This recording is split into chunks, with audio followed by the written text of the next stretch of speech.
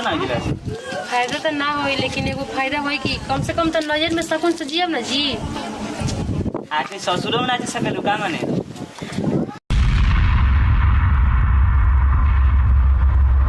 हमार कितना मर्द हरामी बा मौगा एकदम मुतपियने खानदान से ना बाटे हो। इतना कोयला धैला पतबे एकर उहे लागल हता बे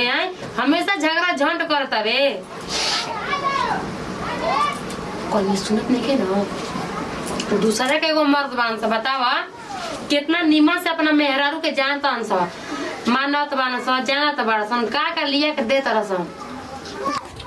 चल अभी तक ले मेरे कपार दुखाए लगा का बड़ा तरह वो बिना काम के काम धंधा नहीं के का बोलतन जी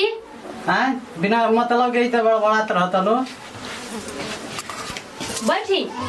बैठेगा बैठले से हो जाई बिना मसर के का बड़ा तरह तलो के ले माने हम ढेर बोलतन ना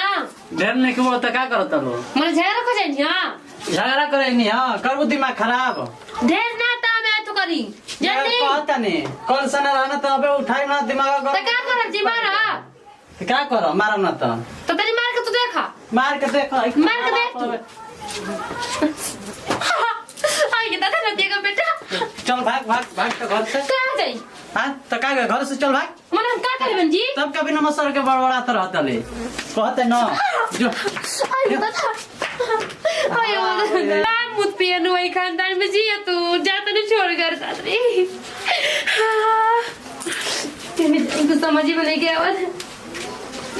छोड़ जाता नहीं हम कोई मौत है जाता नहीं ना तरह के जेल करबास करवा दे सोच लिए जीवन करवा से मर जाओ जेल में सड़क रह जाए बदुगा लगे बेटा छोड़ हम जाता नहीं भागे ना रहो हटे छोड़ नहीं रह के पड़ला हट ये एगो पासान के लिए बिया मार दे भाभी ये कुछ चला के ताऊ तनिको लाज शर्म नहीं के कहां हो तो जी ए भाजी हो तलु कुछ ना का हो बैठे वो मरला सा के वाला सा हो अरे हमारे मर्दा हो बाटे कोई खातिर तलु का कहता कि जो भाग जो कहीं मर जो कटा जो बता ये झूठे गए झगड़ा रोज कर ला जानता नहीं तो छोड़ी हम जाता नहीं करना कहां ता जाए हम नगी ए भाजी कहां खातिर तलु रोई ना तो क्या करी जी बताइए इतना घर में काम दाम तो लोग करते इतना बोली सुना चलो हमरा घर चलो ताख रखते चलो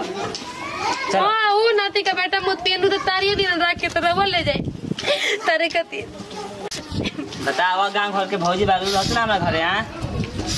क्या करे सबके चूल्हा बर्तन करी चलो हमरा घर सेवा करे घरों के सेवा करब सही में कोई खात ना कहत न के चलो चलो हम घर छोड़िए बाटे रोके के माई बोले लगे रोके पहले से माई में पागल है अच्छा अब सही बात है हां ये जी कहीं मार और दिए चप्पल चला के तो हम बचा ना ले हम काहे खाती बन चल तब ठीक चलो बाटे चलो चलो दूसरा बहुत बहुत आपके धन्यवाद ठीक करना जी अपना भैया का करने जाई थो ना गिरा फायदा तो ना हो लेकिन एगो फायदा हो कि कम से कम तो नजर में सकून से जियब ना जी। आके ससुरो में ना जा सके का माने चलिए ठीक चलो चलो 11 देखो तक लो बगल में हां ये घर आवे ये रे दादा कैसन त छलकाऊ बनैले बन जैसी री तो ऊंच ना घर बाटे हमार अच्छा जनते वाले गड़ी रहो घर बनाओ तो पाका के तो छोटा वाले घर बाटे ये जी के कुछ कोई ना न कि भागा परा के लिए कुछ ना कही चलू ना ये अपने घर अपने से रहे के बा ठीक है अपना मन से खानो बनाए के बाटे आयो हमारी होना घरे बिया मार दिल बजी हमरा तारी खतरी एकदम बुझाता कि आयो ढेर मार दिल बाका भौजी अरे बुझाता कि सामने हर दी ए जी फोड़ दिल बका जी मार के कहां हो भौजी बताओ देखो लीला के जी घर सब भौजी तार करिया खल बाटे इतना दम जानता नहीं चप्पल मात्र ना सोच ली कहां चिल्लाइलो भौजी का चिल्लाई जी अपने मर पका केस करी हम सोचे तनी कि छोड़ा बराव तनी छोड़ा ओकरा के हम एक ना तू दम रह ठीक ना वो पागला के छोड़ दम तो कहती कुछ खा पियला नहीं खे भूख लागल तब तो खानो नहीं खानो खत्म हो गई बेटे हे दादा खोले के नहीं कि जोर के लोटे बात नहीं यदि बोला दे घर से कौन सी चीज रखी ठीक हो जी तब हम जाता नहीं कहां जेबू अच्छा सुनी बोला रवा हमरा के राखम राखन हम दिल से कहते नहीं दिल से ना हां तने मजाक करो तो कम तो मजाक नहीं करो तो चलिए ठीक बटे। आज के बाद हम लोग के का लगो मेरे अनु अरे जिया मेरा राजा। अरे भाई आज के बाद हमारे मर्द लागम। हाँ। मर्द महदो जी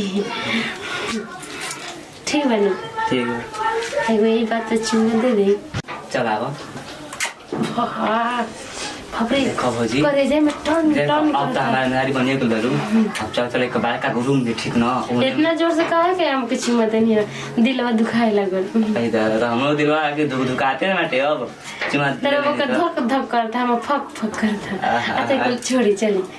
देख ले मौगाए लगनी मौगा के नहीं ओई तरह हुआ हम मार रहे सिखा दे तो मैं भी ना करवा चलिए चलो तनी कुछ चला बड़ी जोर से मन लागल बा। हाँ तो हम हइयो लागल चलिए